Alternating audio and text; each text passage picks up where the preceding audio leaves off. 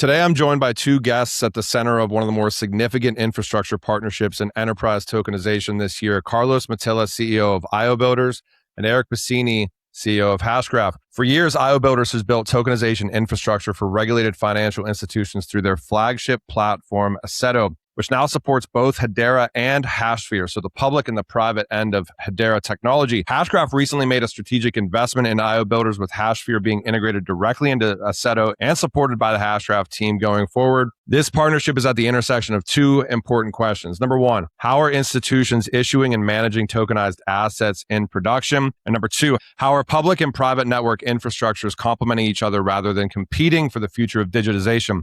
Today, we're going to explore both perspectives. Carlos, Eric, it's great to have both of you here. IO Builders has been in Hedera since 2020. What made this the right moment to deepen the relationship? Amazing. Well, thank you very much, Ryan, for having this podcast. It's a pleasure, as always. We started building on Hedera in 2020. So it's been already 6 years since we have been working very, very closely with the Hashgraph team. We have mainly been focused on project by project. So let's say a client came to us with a specific problem. We built the solution, collaborate with Hashgraph. We did some specific projects and production of IP, and we developed the Stablecoin studio, which has been very successful in the Hedera ecosystem. We also developed the asset tokenization studio to cover both the cash and the securities leg. And we have been supplying projects around with the usage of those IPs in a number of production deployments. So it was very good work, but each one was essentially its own island. So we were working with institutions on kind of POCs. And I think what has changed is institutions have stopped shopping for just individual components, and they started to ask for a full stack. So I think the first thing I would say we have been delivering is that kind of full tech stack is what comes under Asseto, and that has been actually the main product that has driven the investment as well from Hashgraph. Asseto is a multi-asset with full programmability platform. It is multi-chain as well. It is already production ready on HashSphere to cover all the privacy requirements. It also has a very modular architecture for institutions that could buy whatever they want to build, but they can scale from there. So it's one platform where the instrument, its terms, any restriction, any compliance rule, and its lifecycle can be programmable. And that is Asseto. What we have seen is that no institutions want to make a permanent bet on one network in a market that is still forming, right? So Asseto gives a very perfect response to this because it's multi-chain by design. And I think that has been very important for what we have been building. The third one is also interoperability. So I think it is not enough for assets to be programmable if they are really trapped inside one ledger where they have been born, and both the assets and cash need to move between ledgers. So I think this is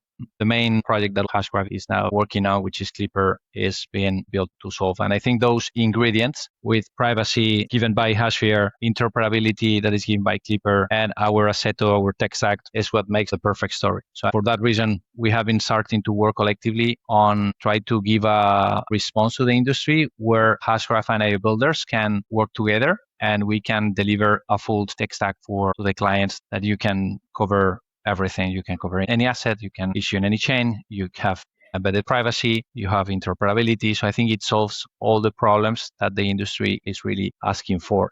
In summary, we have been, I think, going from specific projects where we have been developing IP for Hashgraph, where we have been working together on projects, but on a project by project, that was something that really was not going to scale. And I think now we have deepened the relationship into something that is strong. It has all the ingredients, it has all the components to really address what the market is asking for. So I think this is where we started, and this is where we are now. Awesome. Eric, I would love kind of your broad thoughts. I know that my takeaway from what Carlos said, this seems more of a comprehensive solution that enables institutions, enterprises, whoever it may be, to upgrade their infrastructure at a more comprehensive level in a way that makes sense for them. Talk about deepening the relationship. I know that there's a strategic investment instead of just continuing as a technology partnership. And thank you so much for joining today too, Eric. Yeah, thank you for having me. Thank you, Carlos. Good to see you again. Carlos and I talk at least once a week since we announced the investment. So it gives you a sense of how important that relationship is, right? I think it's important to go back to the beginning of the strategy of Hashgraph. But 2 years ago, we said we have to move up the stack, start delivering solutions that our clients are looking for. So we launched HashSphere because they were asking for a private network.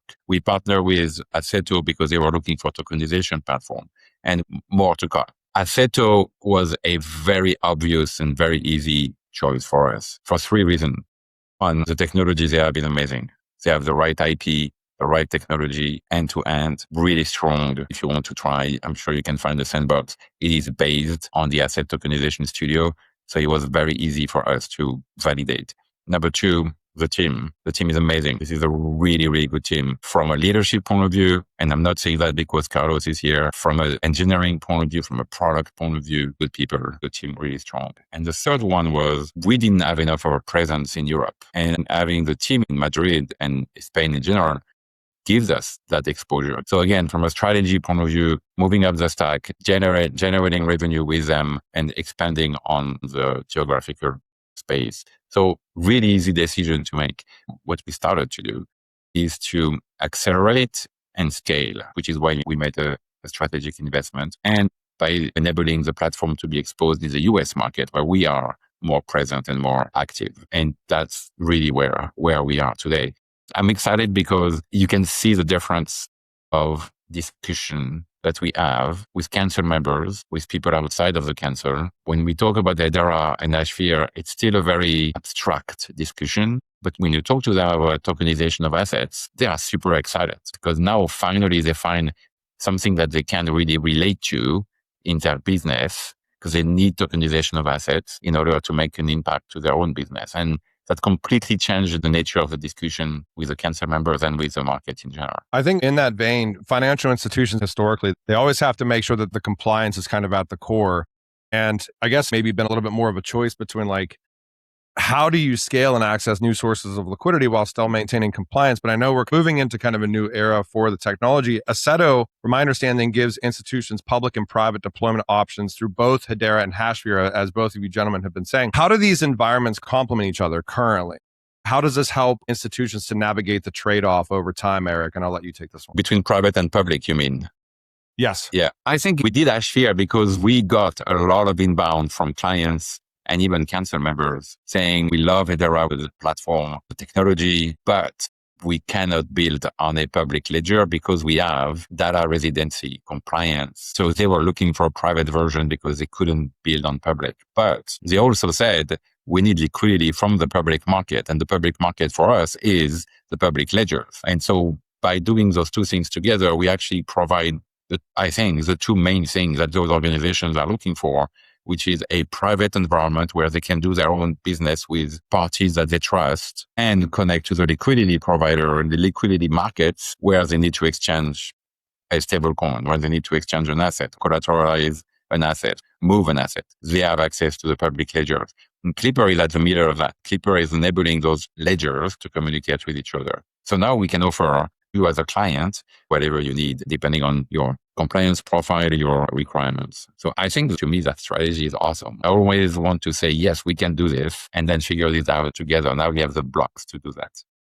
Carlos said it in the intro where we do kind of see this broad approach as far as enterprises and institutions, but also you almost need comprehensive solutions in a way that can cover lots of things. So Asseto, from my understanding, covers issuance, lifecycle management, trading, settlement in more of a unified platform. So I'm curious from your stance, Carlos, dealing with institutions and enterprise engagements prior, what pain points did they face with multi-vendor approach? And how does a platform like Asseto and what you're doing with IO Builders in the context of this solve some of those problems? I would probably start with how launching a tokenized instrument actually looked like for an institution 3 years ago, because that explains, I think, very well how Asseto is now evolving that kind of model. You needed one vendor for the issuance, you needed another one for the wallet infrastructure, one for trading, as well to create the ecosystems and find the players. So you needed a settlement leg in most of the cases, and then you needed to spend a lot of money and a lot of internal work to connect all of this to the core banking, to the risk system, to the regulatory reporting, so anything in the institutional architecture. So that's probably 5-6 contracts with suppliers and with technology vendors. So that's a lot of money, a lot of time to coordinate. You have different incentives as well, different roadmaps. So obviously that has many problems. And I think Asseto is kind of designed to respond to that. As you mentioned it very well, Ryan, you want to issue it, manage it, distribute it. You want to trade. You have one stack where you can do all of this. And it's an architecture that you can integrate very easily via APIs with your core banking system, with any external partners. We have spent a lot of time in actually building that kind of interoperability, not just on the chain side, but also on how you connect that with other parties of the ecosystem. So we have been very, very active in creating an ecosystem of players where you come to Asseto, but Asseto is not just the tech. Obviously, we sell the tech. We are a product and software company, but we are also able to connect you with, like Eric said, liquidity providers, our network now, an ecosystem of participants, of transfer agents, of Web3 companies that want to buy those assets. We have already built that. So I think we offer much more than that. And I think that's giving us the feedback of what the market needs. And institutions is what they need. So they need someone that can face all the features and functionalities to cover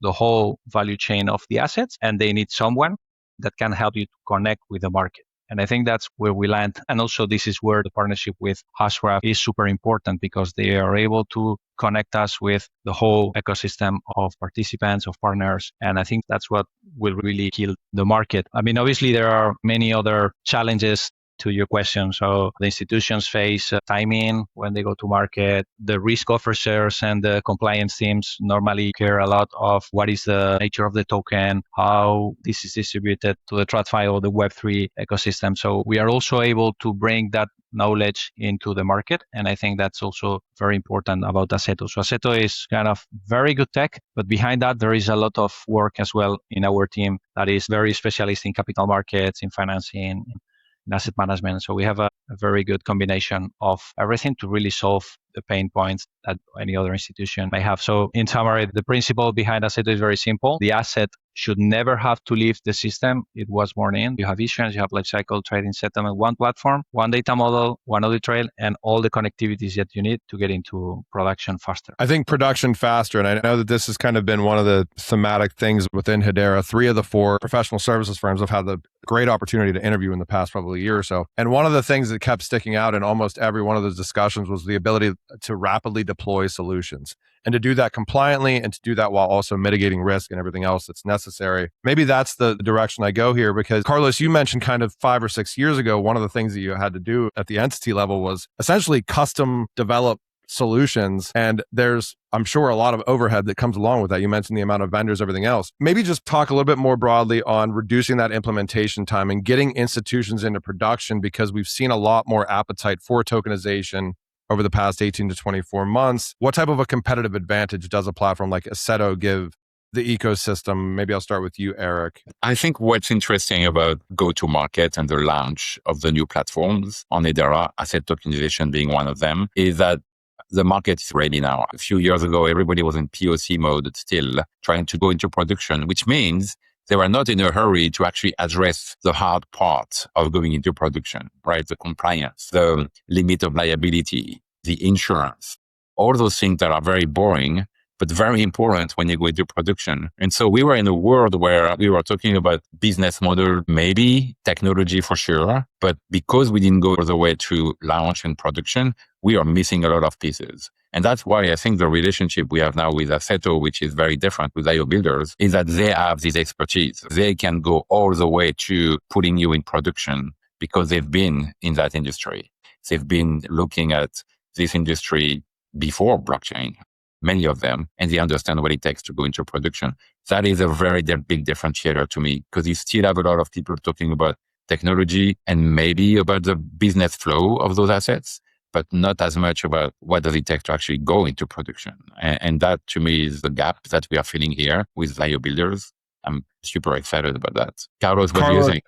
No, absolutely. I think, first of all, custom code is not free. I think the market has spent a lot of money in custom-made infrastructures that are different, that maybe don't follow even standards. I think those standards have been creating more at the community level. I think the Asset Tokenization Studio is a very good example of that. And in the first wave of the market some years ago, everything was custom. Everyone was kind of thinking about these kind of one-off deployment. So every single deployment has its own security risk, audit burden, and maintenance costs, and all of that. So I think this is really what is changing. So with configuration, the smart contracts are already written, they're already audited, they're already running in production. And what the institution configures is the part that is generally specific to them. The instrument terms, the transfer restriction, the investor, so all these kind of things. You need to create a asset. So that is where their differentiation doesn't need to leave a bespoke implementation of a token standard. I think that the second half of your question, Ryan, is probably the one people normally skip. So the people who operate tokenized products on a day-to-day or not really the developers. They are the operations, the middle office guys, the compliance. So if you need to process a corporate action, you need to pay dividends, you need to manage subscriptions, redemptions of funds. This is to call an API, but you don't have to build a product. So you have built a prototype with a very good demo. And Visual Back Office is what makes the difference between a pilot that impresses the board or anyone in the senior management and a system that can survive in real operations or in the business as usual. So I think I would say custom development is something that it's kind of changing a lot. So now our clients and the market is asking for things that have everything, that they can bundle all these services from issuance. So they want everything in the same piece. So I think that's what Asseto offers, and they need the privacy, they need everything together, and they're ready now to buy those type of solutions and not really do custom-made development. So I think that's changing a lot, and I think that's super exciting. I think gives us the credibility to the market. I'm always interested in this because I come from a really traditional project management background. So every organization has ERP systems and enterprise resource planning and all that stuff where every division of an organization pretty much uses the same software, but in a different way. And I think one comment you said really stood out to me, which is it needs to work for the whole organization. They need to be able to kind of visualize and see what's going on and measure change. But can you maybe just broadly talk a little bit more about Visual Back Office, what you mean and what these dashboards kind of represent as far as what people can see for organizational impact? So I think all those functionalities that are really kind of, at the end of the day, it's for the business, but it's maintained and operated by the back office and the middle office team. So those are the guys who you need to convince them. And in the majority of the cases, our buyers or normally the head of operations. So the last guy, after we have gone through all the sale life cycle and we have spent time with the business teams, we come to the table and the guys who are going to say, we need to buy this product because this is really, really, really good product, or the ops guys. So Asseto is made for those institutions. So obviously the experience of the IO Builders team is a lot on that sector. So a lot of the team are coming for building products for banks, for FMI. So we have a lot of expertise in the company to design those systems that can work in those very complex organizations. And I think those visual back offices and those APIs we have built have been made to make sure that we comply with the main principles that blockchain is solving, which is record keeping of shareholders or fund shareholders, giving all the trails of what's happening with a financial asset during its life cycle, creating regulatory reporting so the regulators can trust on reg reporting. So this is especially big work we've done, for example, in Europe with ESMA and with securities regulators. And all these kind of things can be consumed from the system. From all these visual back offices, you can access those and you can consult all this information. So that has been all the smart contracts that we build, or always considering the general standards from the industry, so classic ERCs that are in the community, but also those standards have been enhanced to make sure that they include specific behaviors of the financial assets, specific compliance rules. And this is where we have been very, very specific in Asseto in providing those functionalities. So all the instruments and all the functionalities that we have in Asseto or functionalities that are ready to be used and maintained by those kind of middle to back office people, regulatory reporting, compliance. So it's a trusted system that is not just, I just put an asset on chain and then I will let everything else happen off chain, which is what we have seen in the market for so long. So this is, I think, the big differential value that we have. And this is why we are very successful now in selling our software to those complex institutions. There is one thing that's going to arrive in the next few months that's going to also create a differentiation for Asseto that's going to be massive, and it's Clipper. So you have asset managers today, some of them tokenized on 10 different chains. The same asset on 10 different chains. And now they are struggling to get visibility of what's happening, or they are trying to have mobility of those assets across chains. And it's very expensive compared to where it should be. When Clipper is integrated fully into Asseto, then those asset managers that Carlos is talking about will not probably have a lot of discussions about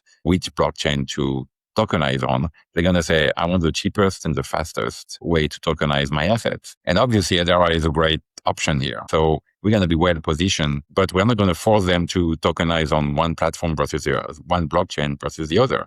We're going to give them a lot of options. And that to me is big unlock of the market, because you remove the need to make a structural long-term decision from the client. They don't have to make a decision on a single blockchain anymore. They can decide on many blockchains because it doesn't matter.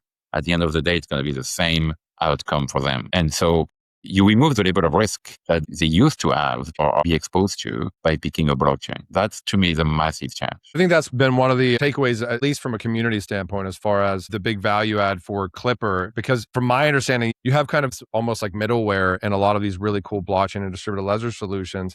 But you guys are just making it work seamless. And as you mentioned, it's like, okay, well, let's put this all on a level playing field. Whatever's the most efficient is just going to win out. The institutions are just naturally going to choose compliance, efficiency, everything else. So, Eric, I was going to ask just briefly, because I know you have an enterprise background as well within IBM and other organizations.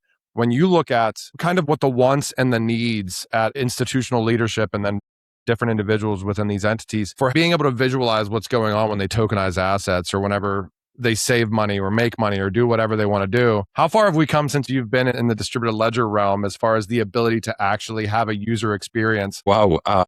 I started 13 years ago. So 13 years ago, we didn't talk about asset tokenization, my friend. No one was talking about this, right? But as we've been talking about this recently, I think we have been able to address the main challenge that enterprise face when they adopt new technology, innovation, is removing the friction and removing the risks they're taking by picking that technology. And when you think of Clipper for sure, but Asseto, from a mature team, well-established, very good software, you remove the risk of talking to people who actually don't know what they're talking about. When you use Clipper, you remove the risk of having your asset locked into a blockchain forever.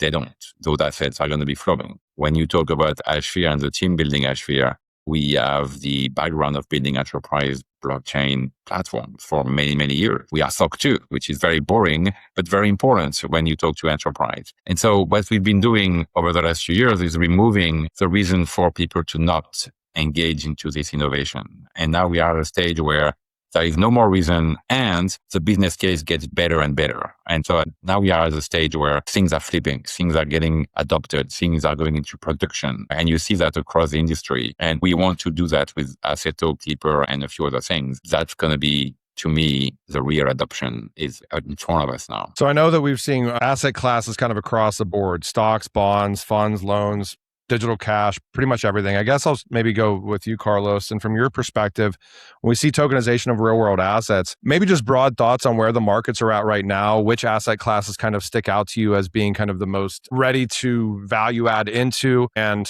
where institutions at? Very good question. So I would say, I think what we are seeing from the market, I would say data cash is probably farthest ahead in the sense that that includes deposit tokens, regulated stablecoins, wholesale CBDCs. And probably I would say that because it has to be, because it's what you use to settle any other security. So if there is no delivery versus payment, which is one of the most beautiful thing about blockchain, if there is no delivery versus payment, if the payment doesn't arrive. So I think when you see real world assets, obviously the highest asset is stablecoins. But in the institutional side, we are also seeing stablecoins or new stablecoins that are being created. And you have a few examples as well, even in Europe now, where the market is also growing, and in Asia. But now the banks are also exploring massively deposit tokens, all the big FMIs, or looking at wholesale CBDCs with their central banks. So I think there is a huge opportunity there. And the data cash is something that needs to be offered to the market to be able to settle assets. So stablecoins are already up there. And I think that's what everyone is kind of using to settle assets on chain. And I think that's probably the number one. Number two are probably our funds. So we are seeing many interest in money market funds in particular, because obviously the economics, they are a very good tool for treasurers. They offer you some yield. They can be offered now as collateral. I think there has been some very latest regulatory developments where money market funds can be used to force additional margin, and that's a big movement in capital markets. But it's true that there are many money market funds within the market, and obviously everyone is looking at it. And if you combine that with the Cash, you make the perfect product. You can manage your treasury, you can invest in a money market, you can redeem, you can subscribe, and have instant liquidity whenever you want. But on the fund side, we are also seeing a lot of projects on an interest from asset managers who want to launch fixed income funds, equity funds, even private credit as well, that there are quite a number of asset managers issuing those in the market. So I think that's quite interesting. Next, I would say are bonds. So obviously there was a very big hype some years ago. Now it has gone down, but I think it's coming back because the issuance is more or less solved. So the issuance process on fixed income usually works well. But the secondary market, for example, is not. So we have proven you can issue efficiently on chain, but also off chain, but not yet that you can really trade efficiently. So I think that is the gap that we are going to start to see now. And the last one, obviously equities are there. I know everyone is talking about tokenized equities, and we're also very excited about that. But I think this is more an initiative for the FMI to be solving that. And equities already work, to be honest, extremely well. So the market is very efficient already. So it's more about how you use stocks as collateral in the new Web3 markets. And I think that's very interesting, but I don't think it's going to be having the most success in the future. And the one that I'm very excited is lending. So obviously DeFi has been about lending. And now we are seeing a big push on tokenized loans in the TradFi side. So how can we streamline the whole life cycle of the lending process, which is super inefficient today. So if you combine that again with digital money, you have a big offer. And that's where we are spending as well a lot of our efforts on the lending side, because there is a very specific niche that we can cover. We are going to be announcing very, very soon a very exciting project with top tier institutions on the lending side. It's going to go public probably before the end of the holiday break, but I think it's going to take a little bit more of time. So in September, we'll make it officially. And that's also probably the other asset class I'm very, very excited.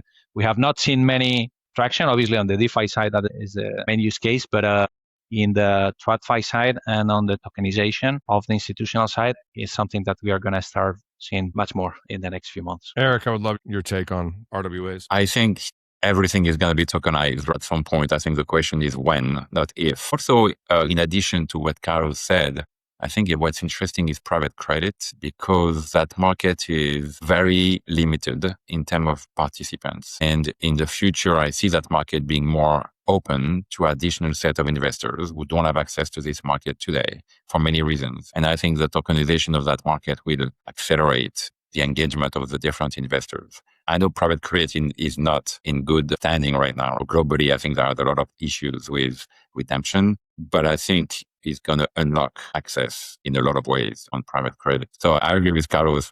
At some point, everything is going to be tokenized. We need to focus on where the business case is the strongest. And I don't think it's equities yet, because equities is a very efficient market today. And it's a very accessible market. Anyone can buy a Tesla or an Apple stock. Pretty much anyone can buy that.